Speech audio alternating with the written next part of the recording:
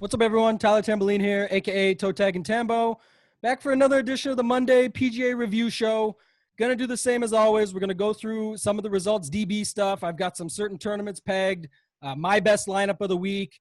Gonna get TJ on here in a second, and then at the end, we're gonna go through the pricing for the upcoming week at the 3M. So, without further ado, TJ Lasig at TJL5124. What's happening, TJ? How you doing? Tambo, how's it going? Good to be back with you again this week. Thought we had a interesting tournament this past weekend. I think there was a lot of talk going in about how obviously same course, back-to-back weekends, and it was going to play tougher, but I personally wasn't sure how much tougher they really could have made it, and apparently they could make it a heck of a lot tougher because people were struggling out there this weekend. Certainly wasn't the same course, to your point. Exactly. Everyone, we knew it wouldn't be, but the differences were huge. The ability to just run it out like that, the fact that there was really no weather until Sunday that kind of, put a little damper, but it didn't hurt the ending or anything like that. It was almost over, and I really wanted it to kind of come to fruition and get to the end on Sunday. So I was happy they got it all in. How did your week go on DFS overall, and anything, particular to talk about before we get into my fiasco here? Yeah, I know you had a hopeful Saturday night that didn't exactly pan out on Sunday, but my weekend, not great from a main slate perspective. Not just no John Rahm for me, which was obviously a huge mistake. Had some okay showdown slates, which kind of helped fight into that. But yeah, I know you had yourself a little bit of a sweat yesterday. Yeah, it is what it is now, right? I posted for a reason on my Twitter, but nobody cares. Work harder. That's sort of my mantra, and I think it's the facts, right? It happens sometimes like this, and it's good for everybody to see. Certainly had a sweat. Never was expecting the Millie by any means. That was a long shot. When Tiger came out, I thought there was some good omens in the morning. Tiger comes out, makes a 29-foot bomb, for birdie. That's my first scoring opportunity of the day, and it's already been playing really hard.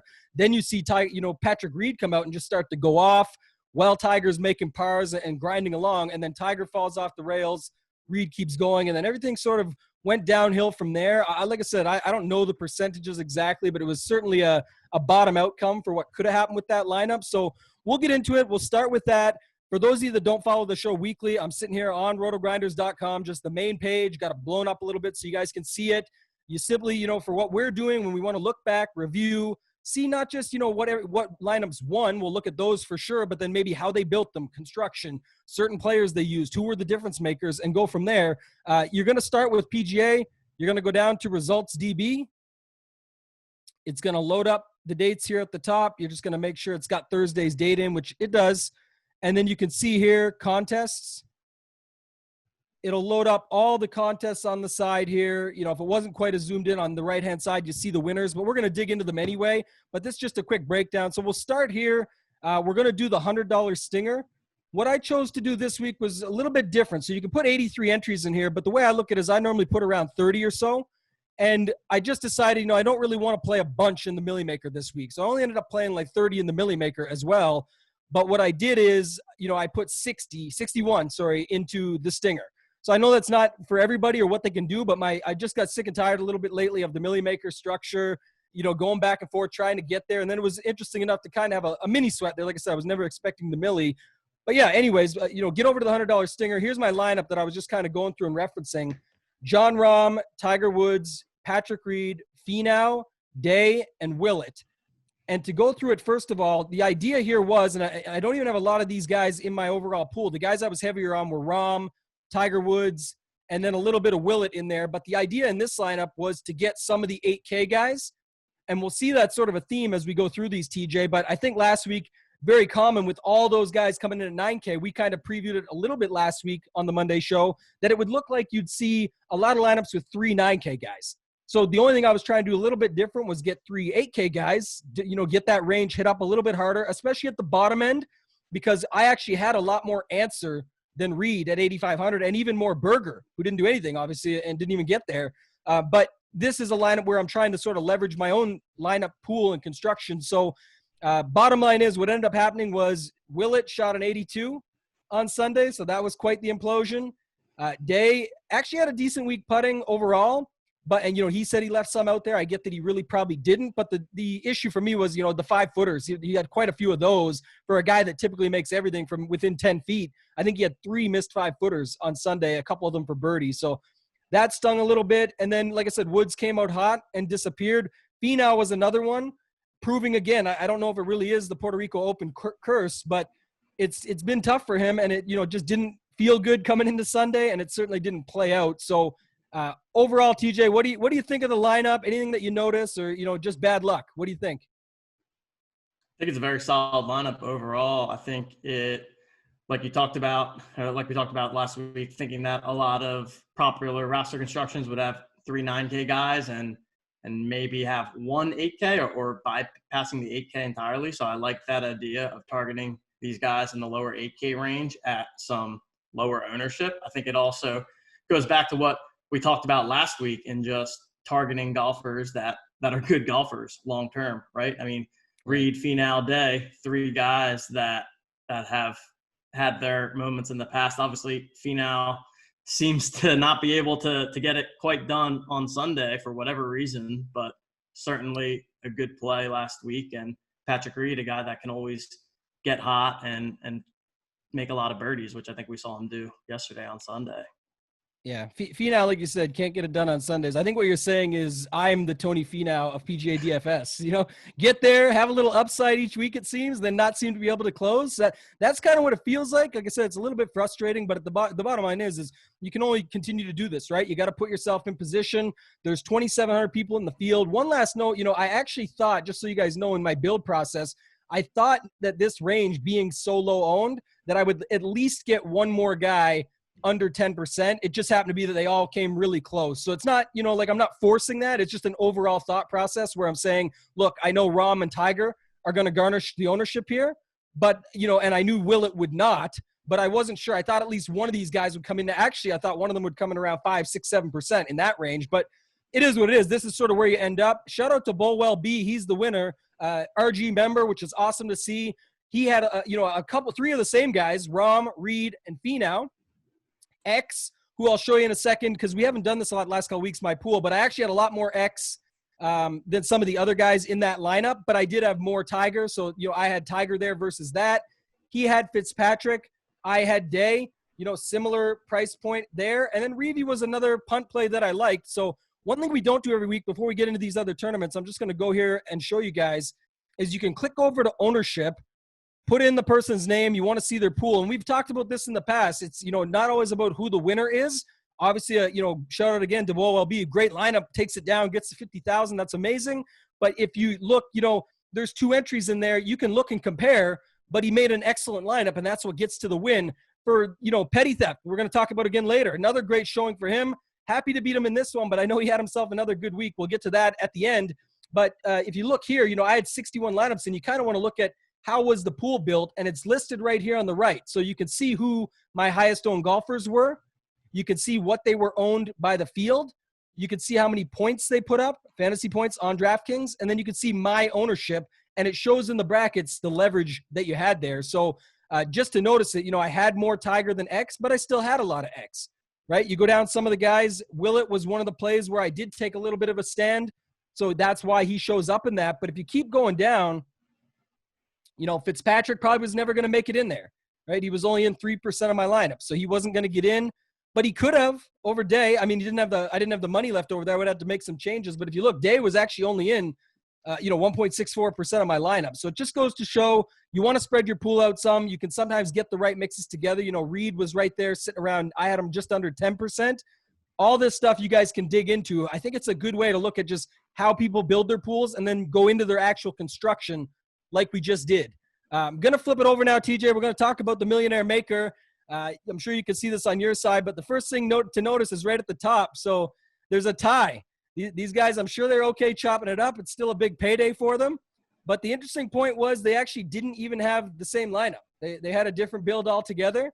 The guy in, here, Tifoin, he was sweating Day and Finau like myself. So while he had guys like X and Fitzpatrick come out of the back and get the job done to bring him up to the top, I'm sure it was quite tilting for him down the stretch, having that unique lineup and those missed 5-footers I just talked about, and then the complete implosion, not quite Willett-esque, but of Finau in general. And then Johnny A999 had, talk to me in a second about this. I'll get to here in 1 second on it. But he had Wallace, who, like Fitzpatrick, came from the back, made his charge.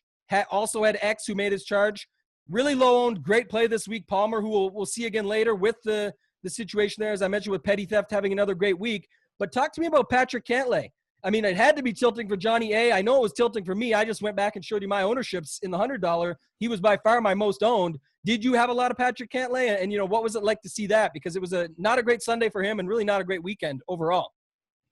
Yeah, Cantlay was a guy I was big on all week, played him in my main lineup. And, just couldn't quite get it done on the weekend. I was feeling pretty good about him after the first 2 rounds. Thought he was sitting nicely. I think even, early on Saturday, he was doing well, I remember. And then a lot of guys falling apart on the weekend. It was really, really an interesting tournament from a DFS sweat perspective. Mentioned it a little bit before the show, but you've got guys like Xander that shot like a 79 or something on Thursday and then barely makes his way through the cut on the number on Friday and then just has himself a nice solid weekend and finds himself in a T13 situation. So I think when we get on these more difficult courses, it's just a different kind of game altogether. I mean, there are plenty of guys that went into the weekend and shot so far over par that they either barely gained any fantasy points or potentially even lost some fantasy points. You got guys shooting 8-9 over par, and just thought that was an interesting dynamic here. Yes, I mean, I like this build. Cantlay, Rahm, Xander, going back to that kind of 3-9K guys build that we talked about. Those are probably the 3-9K guys that you wanted. I mean, I guess Cantlay not so much, but really avoiding the Deckies of the world, which I unfortunately was not able to do. Was a big thing. If you were going to have a 3-9K build, this is kind of the way to do it, right? Cantlay had left a lot left a lot on the course, to your point. But one key note that I point out here, and again, it's silly. Some people say to review these lineups because it takes a lot of luck to get there. But you can still have something to say on the construction. And the fact of the matter for me would be that while they went with the Johnny A 999 goes with the 3-9K guys, he knows that he's got to get a couple 1%ers down here if he wants that build to be unique. And if that's second nature to everyone listening to this video, then that's awesome. Let's do it this week and make it happen. But to me, that does still stand out as a way to, you got to make sure if you're going to do something within your overall build structure that's going to be considered chalky or what everyone's doing, then make sure you make it different elsewhere. And I think the way that he did it was the 1%ers. And then also by getting the guy, the 8K range, I saw a lot of these lineups that still had a way to get it with Finau may end up being Answer at 8,500. And then Wallace would drop down to Reavie. And now you picked up 2 more chalkier plays, a chalkier value and a chalkier 8K guy. And then that lineup doesn't end up being here in this position. So, it definitely still stands out from that sense. The one thing you mentioned too, and just to talk about is that, that's what people definitely have to remember in not only in general, but also in building for tournaments like this is the situation you mentioned on Thursday. So Xander was pronounced dead at, +8. No way he can come back. He's done for the tournament, whatever. All these other guys, the Bryson DeChambos of the world, are going to, he's going to continue dominance and it's going to happen. And then on Friday, he's popping a 10 off late in the day, completely going haywire and missing the cut.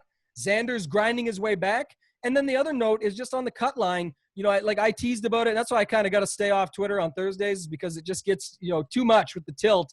Is that it was, and I know everyone, I took it as an exaggeration that people are expecting John Deere scores, but I think people did forget. And I hope what my main point of this whole rant is I hope people don't forget when they're building their lineups originally to think of these things. If you go to the expert survey that we all do, we're sort of projecting a final score, which would then project a cut line against. And again, doesn't mean who's going to make that cut line or that Xander's going to battle back to that cut line. But to our point that we always talk about, sort of the better golfers and the ones that can grind it back, that's where you want to think about it and know that while Xander was +8 on Thursday, to me, he was never pronounced dead because while it sucks for your lineups, he probably only had to get back to +3, +2. And Friday wasn't, anything we were anticipating, anything too crazy that it wasn't going to be possible for a guy of his caliber to get it back. And you saw guys do it. Tiger Woods made it on the number.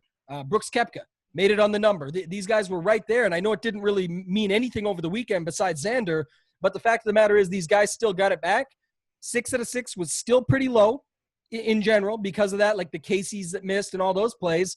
And so it can still happen. So just never count it out until it's done. I'm sure Johnny A, 3 lineups in this, I'm sure he was maybe thinking one of these is dead. And not for the bad fact of just saying what we just said where you're writing guys off, but it just sucks when you have 3 lineups in play and one of them like this is starting off and your guy's +8 out of the gate. So I totally get it, but this goes to show it can battle all the way back to first. Look at Tiffoin's lineup for me for a second, TJ. Little bit different, obviously some of the same guys, but a different build, right? So what are some of the things you noticed that stand out here? Anything to you? Yeah, Fitzpatrick is an interesting one to me. I think he's a guy that has proven to be a pretty solid golfer from what we've seen from him, but hadn't necessarily, at least from my point of view, flashed that upside yet. But you bring in a difficult course like this, and maybe that's a situation where he becomes more of a quote-unquote upside guy because, I mean, it's really just about avoiding the big numbers, avoiding bogeys. I mean, you mentioned Paul Casey, right? The only reason he missed the cut was he had one just absolute blow-up hole, and same thing with Bryson. So, when we look ahead to like a U.S. Open in the future, I think that we probably need to take a little bit of a different mindset from a DFS perspective in terms of like what it really means to have quote-unquote upside, because you have one bad hole and all of a sudden you're not even playing on the weekend. So I thought that is an interesting play there. Brendan Steele is a guy that has been striking the ball well. I know he had a good week the previous week at the same course, came back and put in, I don't even know where he finished, but just making the cut and getting through and putting up a reasonable weekend is enough there. And then, we see Jason Day popping again. It'll be interesting. It's 2 weeks in a row where Jason Day has been appearing in these top lineups. So I wonder if he's going to gain some steam going forward. I feel like he's still not, honestly. I feel like people are still going to be hesitant to play him. So he could be a guy that you keep going back to. And I don't see him being a guy that's ever 20, 25% owned. It seems like people, for whatever reason, don't like clicking Jason Day. Yeah, and I don't think they will. Like you said, certainly not, because he's got, here's the deal. He's got back-to-back top 10s for the first time in forever, which is awesome to see. But he was very vocal on the weekend about his back being extremely ginger with, picking the ball out of the hole. And he said, like he said to Amanda Balionis at the end of one of the rounds, listen, it was after round 3. I could have a back spasm after any shot. And then you get into these, tournaments with this rough like that. That rough was insane, especially as the weekend got long. And the shots that he had to make out of that, it's almost like a worrisome moment where you think like he's kind of saying that so that if it ever goes bad, he can just withdraw and say, well, I told you my back was bad a couple weeks ago. So as far as ownership goes, I think you nailed it. I think it looks like he's, playing some really good golf. He is kind of back in a sense. It's only 2 tournaments, but at a tougher course. Yeah, I know it's his hometown course or whatever you say, but he really didn't have good results there in the past, previous to the last 2 weeks. And then on both formats, easier format and then a much more difficult format, he played it well. Last thing before we move on to the next tournament, and congrats to Johnny A999 and Tiffoin, but the last thing I want to say here is about the, just another additive point to the fact of the tougher course and knowing it going in. If you look at a lot of these guys, you mentioned Fitz, don't see a lot of the big numbers. You mentioned Day, Steele, a guy that's been striking well, can get hot with the putter and grind. One thing I noticed here, Palmer, if it gets windy, look how he handled himself. He was great all week and on Sunday. Matt Wallace, harder, firmer course. We saw that, I believe, at the Players as well as the Honda, which are Jack Nicklaus, as well as, tough, firm, fast, faster greens, all that stuff. And then you even go back here, you talk about my lineup that I went to. Willett was another guy, grinded it out, can make the comeback. That's why, I was really happy with his squad going into Sunday because of that same reason. But like you said, look at Reed. In my lineup, I thought about it after. Tiger Woods, Reed, and Danny Willett all won the Masters. John Rahm's, come top 5 a few times. Tony Finau came 5th on a, twisted ankle or popped out ankle, whatever you want to call it. And Jason Day's done quite well there, as well. So you look at all these guys, a tougher course like that, it just, happens to be the way it builds out. But I think that's a key piece to look at when you are building these tournament lineups going forward. So going to move on, take it to the next one here. Just look quickly at this one because, interesting thing for this is just, we look at it every week. It's the $5 drive to green. Back here to the Millie for a second, 168,000 entries, big difference between 95,000. The cost difference is $5 versus, one last note over back at the Millie, 3, 4, 7. The guy in 4th, 1. Again, you can get it done with a single bullet. Mr. Goodseat's an excellent player up here, 150. He's the first one. Chap Money, RG member, another excellent player up there. They're right in the mix, but you can still get it done with less, right? Less than 7 for 5 of the top 6 and get it in there. Over here in the $5, you see Mr. Goodseat's again in 3rd, Wake Forest 139, and then Rinpack, awesome guy, another RG member, 150 entries, get it done. 488, so he doesn't have to worry. He wouldn't have taken down the Millie. Fourth place is where he would have landed for 40 or 50,000. I think they chopped it, so whatever it is there, he ends up with 100 instead. Here's his lineup, TJ. Talk me through that. It's very similar to the other one we looked at, but Glover was the round-out play in this one. Did you have any Lucas Glover last week, or what are your thoughts on him? Because he's going to be interesting. He's also in the field this week, which we'll get to at the end of this video, and he's a lot more expensive. Let me tell you that. So what were your thoughts on Glover going into the last week? And then, overall, it's a good lineup, but it's very similar to the last one that we just looked at. So, yep, Glover was a guy I was big on going into last week. Wrote him up in my value breakdown article, played him in my main lineup as well. And just a guy that's been striking the ball well since the restart and putting up. I think he was 4 for 4 in top 25s coming into this past weekend. And he came out strong on Thursday and Friday. Tailed off a bit on the weekend, but still with a respectable showing at the end.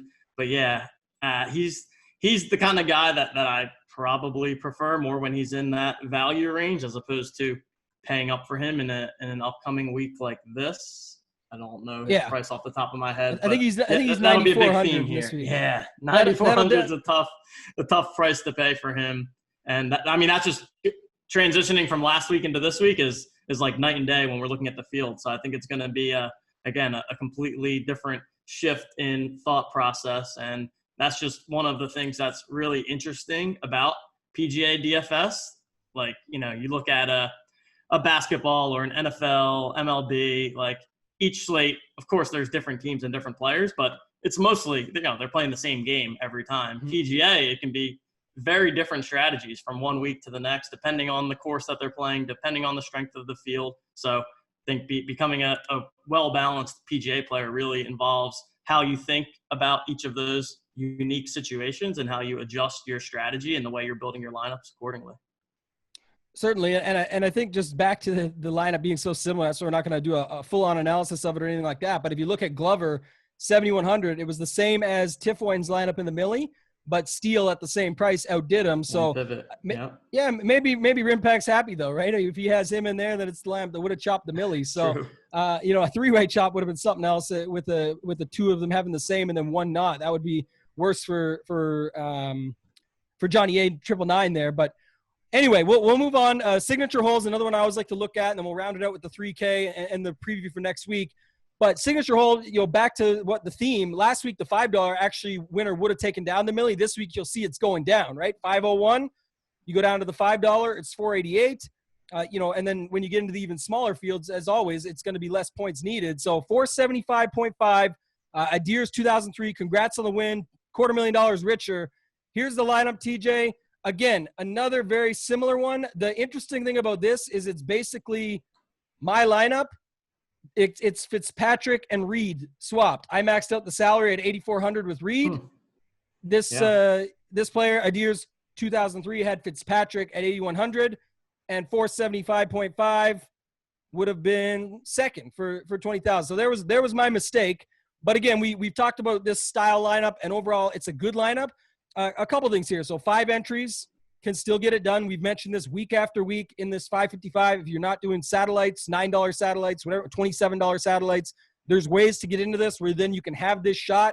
Another member down here, JSZ1 had 448.5 and still took home 20,000 with a single bullet. So maybe give me a rundown on this one instead, TJ, because this is more interesting to me where, we've talked about all these players and why they're showing up in the main lineups. Let's go down to the first single bullet we see that is a member, made his or her way in, and then picked up 20,000 off of 555. So what do you think about this lineup and overall build structure? Yeah, so we see some of the same plays, but a little bit of a different structure than we've seen with the other lineups we've reviewed so far, right? So you've got 4 guys that are over 8K, not even just over 8K, 8,300 and above. So kind of that balance build up top, and then just a one-off punt in Keith Mitchell. So I think it's an interesting build, and you get 5 golfers that are relatively chalky. I mean, I would say it's four that are pretty chalky. I think going in, we knew Rahm was obviously going to be very high owned. You knew Koepka was always going to get some ownership. Gary, Finau, guys that are always popular, Reed, but when you throw in a Keith Mitchell, you're pretty much guaranteeing that you're going to be unique, right? And that you're going to bring down that overall ownership of the lineup. So I like this here. Gary was another guy who came out firing, was really hot, and then tailed off over the weekend. Koepka, I think he shot like 78 or 79 on Sunday, struggling there. But another nice build here. And you can kind of see that the key to this weekend was pretty much starting your lineup with Jon Rahm and then working down from there. I think that seems to be how people landed on a lot of the optimal builds. And you see that again here with this lineup from JSC Check. Yeah, I do like that. One thing I'll note too is, I call this more like a YOLO lineup because the Keith Mitchell play is whatever. It's not a bad play by any means. It's more of if Keith gets there, you would hope that all these guys would make the cut, and then the upside they have. So you talk about, Jon Rahm, Brooks Koepka, who we didn't see in a lot of these builds, and like you say, he tailed off, mentioned something about his knee. Another guy we'll preview in a second when we get to this week. But if you look at, just the caliber, so Jon Rahm has shown up pretty much everywhere. If people didn't already know he's one of the best players in the world, now they know he's literally number one in the world. Finally, third fastest to do it, fifth youngest to do it. So, that's an incredible feat for him at age 25. Everyone's he couldn't win a big boy event. Well, this is one of the biggest boy events you'll ever see. It was the highest strength of field in a regular PGA season tour event since the OWGR was created. So again, whether you believe in the rating system or not, the fact of the matter is it was apples to apples, the strongest version of it, and he got the job done. So I definitely love that. Been on the Rahm train for a while. Rahm, JT, Bryson, Rahm, Rory, Bryson. Rahm, Rory, JT. Let me get this right. Bryson's making his way up there now, but was never really on my radar. I was thinking those three for sure. Bryson's made some incredible changes, and we talk about him enough where it's gonna continue to get better for him, and we know that. I'm not too worried about all the side antics or getting the ruling judge and the battles he got into. Like, that's his own thing. He'll figure it out. But in general, this lineup, you got I was going with this is Brooks Koepka, Gary Woodland, U.S. Open winner and runner up. So you talk about a tough track and good golfers for that type of scenario. You get them in there. Reed, Finau, who we've mentioned enough throughout this. That's why, like I said, I call it like the YOLO lineup because, and I really do like that style. If you've only got one bullet to put into something like this, there's only 1981 as far as the people in entries are concerned. You are taking a risk with Keith Mitchell, but you're really protected. Not that these guys can't bust as well, but you got to go with who you like and who you're going with. But you get five guys that are extremely good value price as far as price versus upside. You definitely take some risk by skipping the top and going with Keith Mitchell. But if it gets there, there's a ton of upside. And you look, only about 30 points out from taking this thing down. Koepka could have easily been there. I'm going to wager that there's no more Koepkas up here. Yeah. And you really get five guys that have shown that they can compete in more difficult tournaments, right? Guys that have either won or at least competed in majors. And so you feel pretty good about those chances of trying to get the winner or a couple top fives among those five golfers. And then, like you said, you YOLO it with Keith Mitchell. All you're really looking for him to do is get through the cut, and you get that done, you're going to have a good shot to be having yourself a sweat on the weekend. Yeah, and even he could have done more. We'll get to him for this week. It's interesting enough. He's one of the lower price values this week, and we'll see what everyone thinks there. Final thoughts, just shout out to some of the members: Flavor Flav, Rotomania, Kirk Dees, Hoop, E. Hafner, Hefe, all guys that people know around the industry, all sprinkled amongst the top there. And just another week like myself, come up a little bit short, but they've had either big wins lately or overall still pretty solid scores or use these lineups. I saw Hefe post he won a bunch more money with this lineup elsewhere. So good to see. Love when the industry guys and the people that are members at RG are making big scores and splashes around in these big GPPs for the week as far as PGA is concerned. And then lastly, TJ, we're going to go back to the 3K. We're not going to rehash, exactly the lineups and everything where everyone's at. I'm going to talk about a couple, but got to shout out Petty Theft again. Back-to-back weeks, we talked about him. No, can't not talk about him. He's right there again. Yeah. It is what it is. He's doing his job. He's getting it done. I talked to him a little after the show last week. He reached out, shout out to Petty Theft. I think he's a great guy. He said, thanks for the shout out and everything. But I said, man, there's no reason not to. You're absolutely destroying it. He actually said he hasn't really been playing it for too long. So, it's, between him and I, but he just said, I haven't really been playing it too long, but I'm loving it so far. I said, I bet you are, so some pretty big weeks. And I said, go get number 3, man, do it. I wasn't going to be in there this week, rooting for you, rooting for other guys that we follow and are in on it with. Matt Schmitto, Wilson, guys you see around, Flavor Flav again, Go Sixers Go is a great guy, GLES 10, all members. The winning lineup in this one, 464, was actually closer to the norm. Not the norm, I should say, but much closer to the other tournaments we just looked at. With Rahm, Xander, Woodland, Finau. Wallace and Streelman were unique. Streelman was a little bit chalky and actually even more owned in this tournament, but for a good reason. And then Wallace, again, if you're dealing with, you're taking these factors of weather and course conditions and strength of field and everything into consideration, a guy that can play in the wind and grind it out on a tough track, fast and firm, sort of suits him based on previous results on the European Tour. And then, like I mentioned, at the Players when he battled back and spots like that, Matt Wallace did make quite a bit of sense. But then you see it's a blowout, right? The next closest is at 423, more than 40 points behind. Petty Theft here at 411. I know Wilson mentioned it, I think. So Petty Theft didn't have Rahm at Borders Road on Twitter. Controversial dude, but he's funny. He's a good follow. Yeah, the penalty stroke cost him, right? The penalty stroke cost him. Yeah, we left that out. The elephant in the room a little bit was the ball, whether it moved or not. I think it's dumb because, Cards mentioned it last night, and we'll probably talk about it on other shows. I know Kenny and I will talk about it later today on the Fantasy Golf Degenerates podcast, which is free for everyone to go check out and follow and get on board with, because we're going to go through more of what TJ and I will do a brief overview for this week. Kenny and I dive into it full on delve, and we'll go through the recap and everything, and that will come up.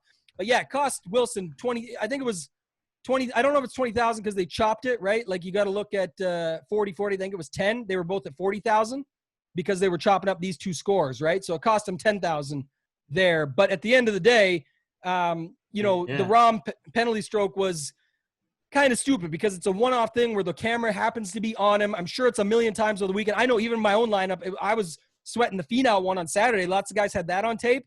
It never got called back or brought into it. I think the only reason they bring it up is because Rahm's still winning. They've done it with DJ in the past where DJ was still winning the tournament because of it. It's also cost DJ a U.S. Open before, but that was totally different because it was a bunker, and which is considered a hazard, and he grounded his club. That's more legit to me. Like, that's the ruling. That's the truth.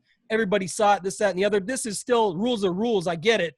But it's really tough in a situation like this where it's probably happening to everybody over the weekend when the rough sat thick. It's tough not to. And it's not like he improved his lie. He still made an incredible shot from that spot. And I thought it was cool when they showed the Tiger Woods version from a little bit further back and down the side with the pin in the same place. Tiger Woods made that shot years back and put it in from there. And so just interesting. But yeah, back to Petty Theft. We'll move on in a second. But Rory, Xander, Woodland, Leishman, Scotty Scheffler, and then Ryan Palmer, the only guy to use Ryan Palmer's.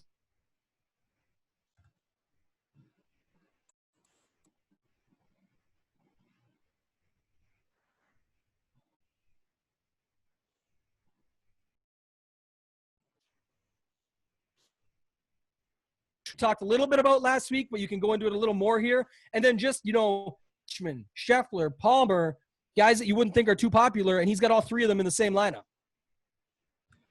Yeah, and this is the second time we've seen him be on the super low-owned, low-priced guy that makes a run, right? He was on Seifert last week as his low-priced guy. So he's clearly doing something right in terms of digging into that value and seeing which guys, he feels are going to be able to make a deep run. And then, I mean, you got to respect him being able to put his money where his mouth is. And, he's not just throwing those guys into a $20 or a $5 tournament. He's throwing them all the way into the 3K. So it's a guy that clearly has a process that he's trusting and that he's going to go back to on a week-to-week basis. And it's good to see that is paying off for him. And, yeah, I mean, it's interesting. You see a pretty much completely different construction than we've seen from some of these other lineups. Just doesn't even have Rahm, and I guess you can see that he could have, I guess, theoretically upgraded from Xander to Rahm. I'm not sure if that I mean, you just said one key point, I think, was the difference in the build, though. If you look, the first time we've seen someone near the top with a 10K version, and that's with Rory McIlroy, and a 6K version, a 6K guy in this as well, right? This version of the build. So, that makes it unique. You're leveraging the field when that's the case. 1 10K, 1 9K, 1 8K, and 1 6K. Yeah. That's automatically going to be unique. And think about the guys that could have done more. Rory, Leishman, Scheffler. I mean, some of these are just awesome picks that ended up getting there here. I want to look it up quickly while we're on live, and I'll see here his pool, because just like I showed you guys on mine, you'll be able to see some of the stuff here with what he's got. So he was all in on Leishman for the bounce back. And he's at 5 lineups, guys. That's the max entry in this. So that's just so you guys see the breakdown. Way over. Obviously, the field was only willing to go back at a 10% clip, and he was 5 of them. So, that tells you that much. Scheffler, 3 out of 5. Cantlay, Xander, Rory, Day, Reed, Rose, and Grace. And again, I don't think there's anything wrong with any of these plays. If you think about back to what we said, all these are the guys that can get you there, right? Day, Reed, we've talked a lot about. Rory, who was in that lineup. Xander, Cantlay, upside. Rose, Grace. These are the grinder types that didn't work out. But if you look at, who can do that type of thing on this course, but then he backed it up because, he didn't have Grace get there for him. Another guy down there in that range was Palmer, who ends up being the second place finisher, and in that lineup still catapults him to a third place finish, well ahead on the week with the $50,000 versus the money that was invested here. So interesting to look at these pools, and that's why, like I said, I don't always count it out. Again, shout out to Robbie73 with the win, $125,000. Amazing overall, blew out the field. Love to see that. That's always nice when you don't have to sweat it as much. You have a pretty good Sunday, and it goes your way in that sense, and you can kind of know when it's getting into those final couple holes that you're in good shape. Even if Palmer comes back and wins the point swap from something there to there, it still would have taken a lot being 53 points back. So I think that's, a good takeaway, but I always like to look in, and we're using Petty because he's been crushing. This is 3 weeks in a row now with a, win, and now a third, to go back and look at his pool, because while he didn't win, it's still nice to see what he does with his pool for this tournament. And there's some takeaways you can have from that. Anything else on these tournaments for the week, TJ, or do you want to get right into the preview for this week's 3M? I'll just comment one more time on his kind of exposures here, right? And you can basically see that he picked, obviously, one value guy in Leishman that he went all in on, another value guy in Scheffler that it seems he felt strongly about, and then he got himself exposure to a lot of the different studs. And I could see that being a very viable strategy for this past weekend, because there were just so many good golfers in the field and so many of those top-notch guys that could have gotten the win that maybe if he didn't want to take a stand on one of them and wanted a little bit of exposure to everyone, I think that's fine. But then you have to take your stand somewhere. And so he found his spot to take a stand and did that, and then was able to sprinkle the top end guys around it. So I think that often gets talked about more of like lock buttoning a higher priced guy and then sprinkling in the value. And he just kind of reversed that build strategy by picking some value guys to lock in on and then diversifying across the top. So I just find that interesting. I do as well. I think it's a fantastic point. And I've looked at it some myself, even in like, 150 MME builds for the Millie Maker or for the $5 drive to green. And I think it is interesting because certain tournaments, obviously it makes sense. I understood people locking Bryson at the Rocket Mortgage Classic, where the course is what it is and where he was at and what you thought could happen. That would, make sense to me there. But at other courses, and I think even at tougher courses, I really like his angle, because a value guy is not going to necessarily kill him here. Let's say Leishman hadn't even made the cut and just completely tailed up, didn't do anything. He'd be down to a lot of 5 out of 6s, but you're not necessarily dead, because then in those 5 out of 6s, it'd be a lot better golfers, because Leishman was only mid-range 7s, where you'd be able to, 7,800, you'd be able to fit all the, like you said, he's got all the X, Cantlay, and Rory that he took a stand on. He's got the Reed, Days, Rose, Rahm, Matsuyama, Tiger, Koepka, Woodlands. All these are just fantastic players that he would still be somewhat live to at least cash, get money back, and then even have upside beyond that. Who knows? We saw, last week a 5 out of 6 got there to the top 3. So anything can happen in that sense, but I do like what you pointed out there. And I think it is interesting to see, or even the one we just looked at where the guy had Keith Mitchell. Even if Keith Mitchell bombs, he can probably still cash. He may not win it, but that was his one shot to get it in. If Keith Mitchell misses, he still has 5 guys that could finish 1, 2, 3, 4, 5 and still be okay as far as making money back on the week. If, let's say, you won it from a $9 satellite, that'd still be a fantastic return on investment from your $9 satellite to your $1,000 min cash, if not better, because those guys can still get there. So great points. I think, we spent some good time on that. I do want to spend some time here at the end, always looking at this week. It's a much different field, much different course. This is going to be quite different. We're going back to sort of, it's almost like the Rocket Mortgage Classic, but without the muscle up top. With Bryson DeChambeau not being here, you've got the Bash brothers, DJ and Brooks, at the top, over 11K. DJ is 11.5, which is extremely interesting, coming off an 80-80 missed cut, right? Shot 80 on Thursday, 80 on Friday, misses the cut. But before that, he had a win. So, I mean, it's, different there. Brooks mentioned the knee injury. He talked a little bit about it in his interviews, almost like Day talking about his back. Brooks mentioned the knee being a little bit of an issue. The MRI didn't really show a lot of different, stuff from before, so it doesn't look like it's healed quite as well. May have to have a surgery. There's talks of that, so I'm not sure what that looks like, and, maybe that scares some people a little. And then to round out this 10K range, we got Finau off the disappointing Sunday. Fleetwood is back.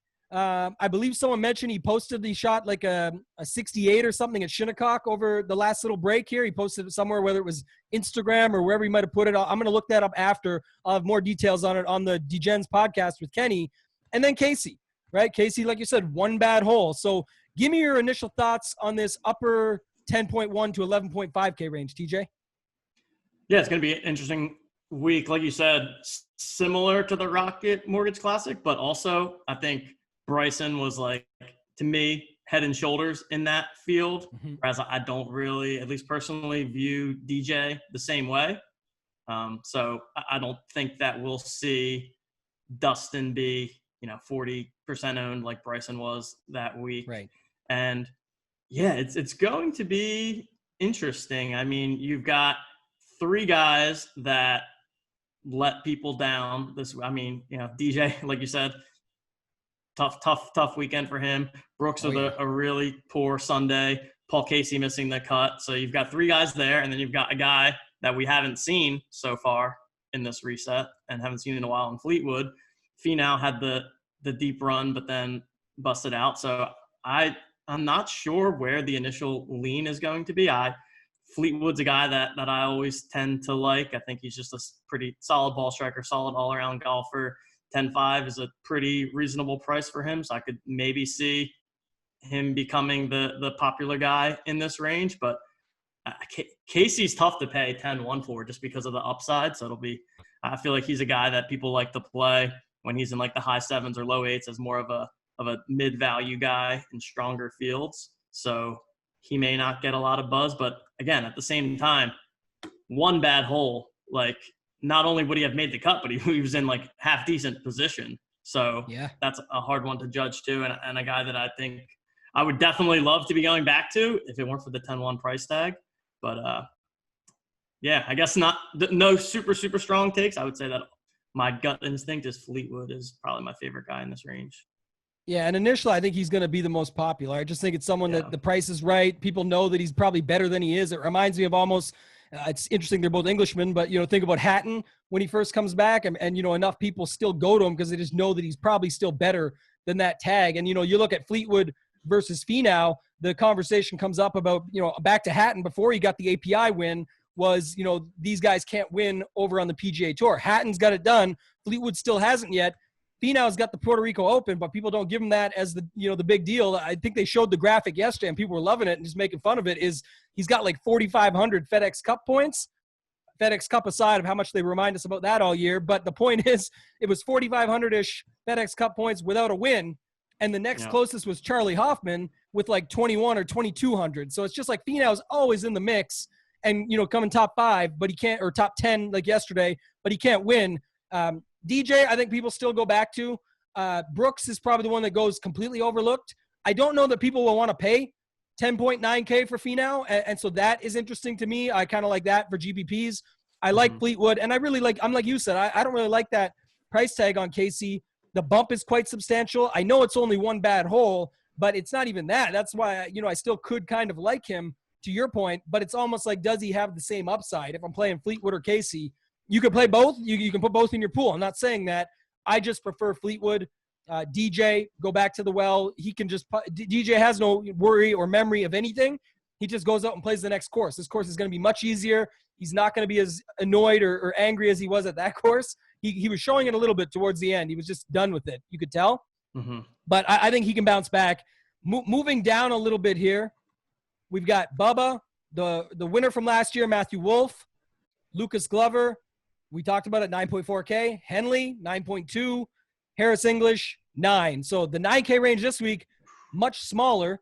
Tells me, the 8K is going to get pinged up pretty bad, and people are probably going to have like a Fleetwood couple 8K guys is probably the build here. Who stands out to you in this 9K range, if anybody, from Harris English up to Bubba Watson? Yeah, we're looking at what, 5 names here that we aren't used to seeing in the 9K range for sure. I think Wolf probably has the most upside, just given that his showing here last year and obviously a couple of weeks ago with the deep run. So yeah, I think in general, like you said, this range will largely go overlooked. I think that the talent gap between these folks and the Fleetwoods and the Finals is pretty significant. Harris English had himself a pretty nice weekend this past weekend. So 9K is, again, it still feels like a lot for Harris English, but maybe he's a guy that people look to there. Glover, again, like I said, liked him last week, but 9.4 is a tough. But yeah, I guess I'm going to have to get over this. It's tough to pay X price for each of these golfers because that's just what it's going to be like this week. For all of them. Yeah. Yeah. Even when you get into the 8Ks, it's like, yeah, Finau 10-9 and Casey 10-1 feels that way. Wolf, who you mentioned to me, is like, okay, he was the value a couple weeks ago at 6,800. He was at 6,800. I know he won here last year, but now we're talking about almost $3,000 more. So there's that. Glover, like you said, I don't mind him 71, 7,200 range. Gets up to 9.4. It's not like it's like you said, you got to get over it a little bit in your head, but at the same time, it's also like, man, it still seems too much. The guy I like here is Russell Henley. I've seen it before in the past. I believe it was the Shell Houston Open when he was the same type of odds. I know this week he's around 33-1. He was that week. Everyone said you can't pay that for him, but he'd had a good history at the Houston Open. Came out and won it. Now, not the same history here. It's a one tournament event that we're going back to for the second time. But the bigger factor is I was monitoring before, and I was kind of disappointed he wasn't in last week's field. But, he's here this week. The price is bad, but at the same time, his approach game, his tee to green has just been so solid. I like him, 9.2. I don't know if he gets overlooked because people want to go to Glover or get up to Wolf or Watson there for what they would see as bigger names, bigger upside, last year's winner in Wolf, all that stuff. The next range, though, and I'll start, is a little bit more interesting. Yeah. I think it gets really picked apart. I think, people are using all kinds of guys in this range. You got EVR, who I know people are betting already. He, if you look back at the strokes gain stats, had one of the better weeks at the Memorial, so that's where people are going back to it. Doc Redman, always popular lately. Again, it looks weird at this price, but he's got the upside, the irons, the tee to green game. Norlander, people are claiming Henrik Goatlander because he's just been going off. I can't go back to him. Anything on Sunday, if I did, I'd feel bad because I watched him chip it in. I watched him make 30-foot bombs. I pretty much saw it all, that I just don't see him as being that player, and I liked him a lot better, like we mentioned with Wolf earlier, being down in like 6,800, or last week I think it was 6,300. Give me that price tag. This is, again, a huge jump. Burns, I like.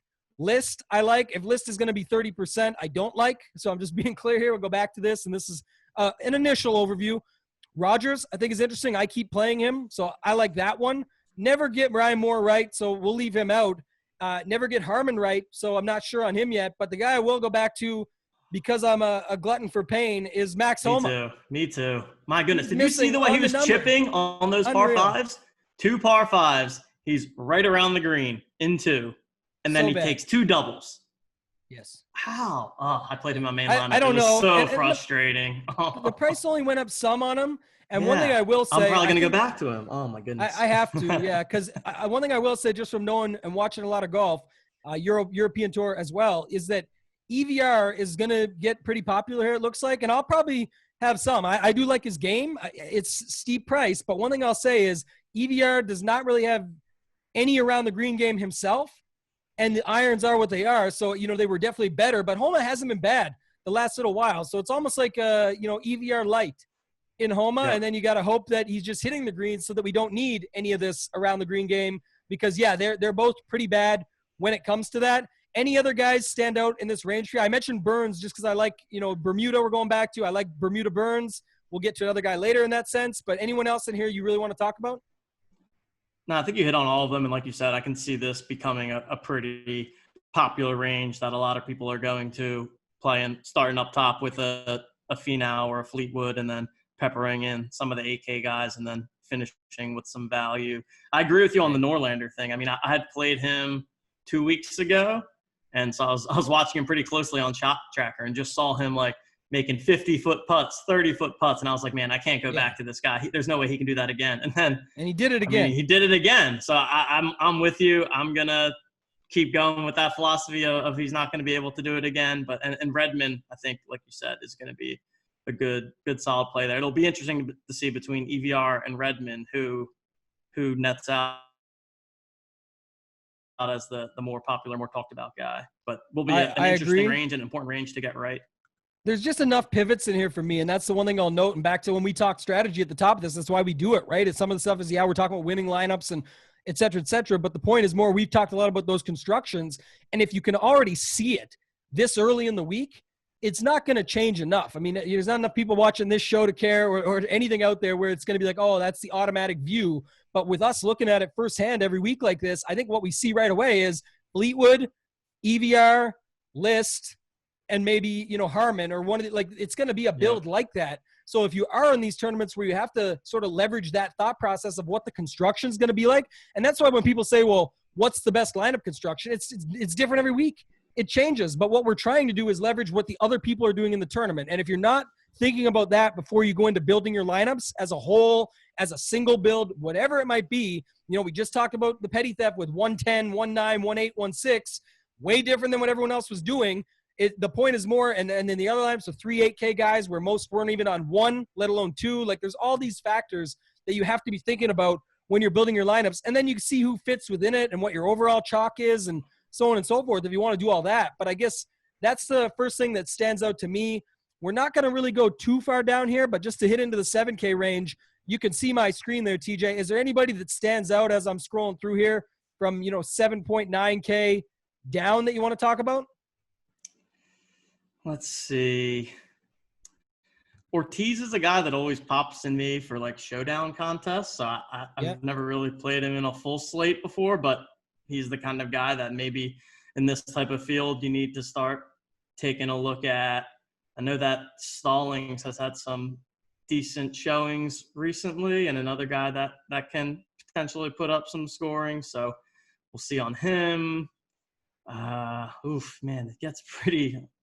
This is pretty rough, and it tells me right away too that you're not really going to see a lot of people go here. We'll go to the bottom sevens in a second. The one more I'll mention, I like your Ortiz and Stallings call. We'll see whether Fratelli, he met his third idol there as far as the big three go. He got to meet Jack Nicklaus after his round. It was one of the most awkward meetings I've ever seen in my life on live television because Jack didn't really care and just kept saying, okay, Dylan, all right, Dylan, nice playing. But, I mean, he's probably pumped. So coming off of that, I could see some Fratelli action. And then Will Gordon will probably get a little love. If you remember him a few weeks ago, really popped, top 3, did his job in the tournament, and ended up getting his sponsors exemption status where he can sort of get a lot more starts on the PGA Tour. And I've seen some people talk about him already. But the area that I think we're going to see people get down to is down here. So Troy Merritt, Alexander Noren, let's say whatever with them. But you get down here, you've got Hoffman. Hoffman definitely stuck out to me. I mean, I like him. Howell. Just his name in this, like, I'm surprised he's not like in the AKs. Just, he could be a popular value play, but it kind of makes sense. Yeah. And he's had a couple good outings there lately, so I don't hate that play at 7.4. Mm-hmm. Howell's another name. Wyndham Clark. And then you get into some of the boom bust plays. Any thoughts on Howell? He's another guy right there with Hoffman. You're still taking Hoffman over Howell. Yeah, I think my first initial lean would be Hoffman over Howell. I feel like Howell has been getting it done a lot around the greens and putting from what I saw. But, like, also that's just kind of what he does. So he's one of those guys where maybe that just is a sustainable thing, but not necessarily. Yeah, I used to target Howell like 2 years ago as a value, like make the cut guy, and I feel like he just hasn't done a ton lately. I think Hoffman gives you some more upside, and his recent results show that. I think, as you get lower, like some people like to play Griot for sure. I could see people going to him. I mean, I feel like people play him at that price tag in much stronger fields. So you could see people going there. Oh yeah. What's You got Grillo, yeah. you got Weiss, you got What's Wiesberger's deal? Wiesberger? Yeah, Yeah. I think he'll get a little bit of love. I know people are betting Yeah. him already. I think it's 125 to 1 out there in certain books, so you can get that. People like to play Tringali.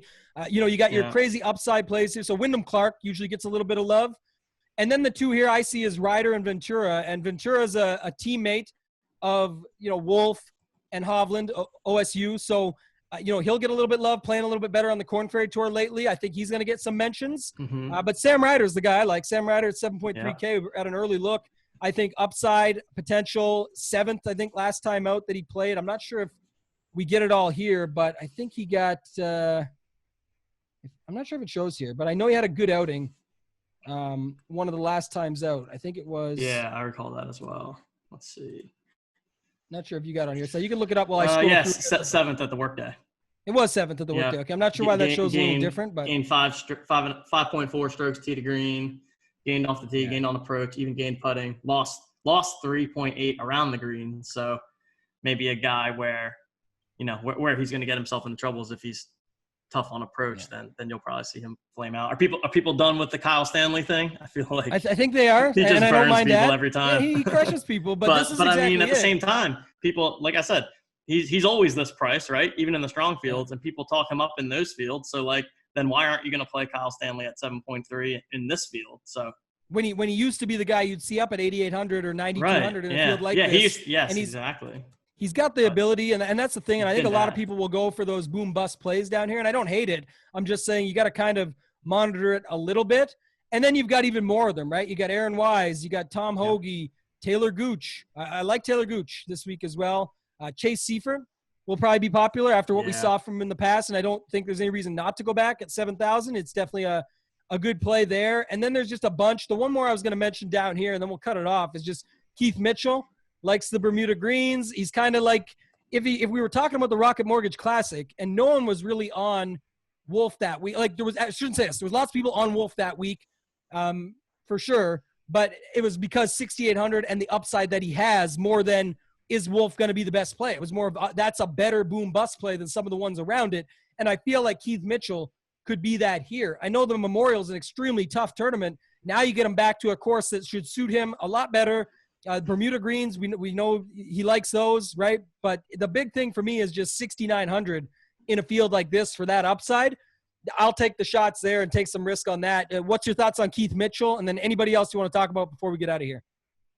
Yeah, definitely agree there. I think he's a guy that, sure, he could flame out in the first 2 rounds and miss the cut, but he can also get you that top 10, top 5 finish in this field. So he's a guy with upside. I mean, to me, at least at a first glance, some of these 6K range names aren't that much different or worse than some of the guys in the mid 7s. So maybe that does open up for, maybe there's 2 types of optimal type builds you go to. We have the more balanced one that you talked about where you start with a Fleetwood type guy and then pepper the 8K range, but there could also be somewhat of a stars and scrubs type build in there where, maybe you can even fit DJ and Fleetwood into a lineup somehow and then pepper some of these lower guys. I think it presents a lot of interesting dynamics when we have these weaker fields. I feel like Vaughn Taylor is a guy that people play occasionally. I'm not sure what he's been up to lately, but he certainly sticks out as a name. Let's see, keep going. Yeah, I guess it does get pretty weak. It's more the high 6Ks it gets weak, where there's some familiar names. But yeah, you hit on the point that I was making, though. I think that at the end of the day, like you said, is that a lot of people are going to look at those original builds that we talked about more so than these builds. And in a field like this, there's going to be plenty of these weird names at the bottom that pop. This is not a strong field. Remember, a lot of these guys have a lot to play for. Right? This is a shortened season. This is an area where they need to gain as many points as possible. FedEx Cup points, trying to get into the playoffs, all these factors. So we'll be looking more into that on the Fantasy Golf Degenerates podcast with Kenny and myself. We'll get to that later. TJ, thank you again for coming on, man. What's the Twitter handle for everyone to find you? We got to keep building that Twitter up. Tell everyone where to find you on Twitter. Yeah, we got to build it up. I got some initial followers. That's the first, and then it's leveled off. But yeah, at TJL5124 DFS on Twitter there. So you guys can give me a follow there like we talked about. we'll be continuing to do this show with Tambo every Monday, continuing to get that value breakdown out there where I'm going to be looking at guys that are priced. I'm trying to focus on under 7,500 and also trying to force in some 6K option guys. You'll also see me tag those guys as my conviction plays in the lineup HQ. So just want to also make that clear. All my conviction plays are going to be value plays. So that's the reason why I'm not going to have a Fleetwood or a Finau type guy in those. And then, give me a follow on Twitter, and looking forward to keeping pumping out some content. Yeah, you're not saying those 4 guys are going to be the winner. Everyone's going to bet those, and that's that. You've got some plays up top, but that's how the filters are broken down. You guys know you can find me on Twitter at ToeTagginTambo. Hit me up there. DMs are open. You can go on the Discord and tag either of us, right? Say, for me, it's the same. Hit me up there if you have any questions. Really loving these shows with TJ on Mondays. Love getting the initial breakdown. Love going through some of the builds and seeing what happened. And, yeah, it didn't work out for me last week, but it was still a good week overall. And hopefully have a better week this week coming up. So thank you guys, and good luck.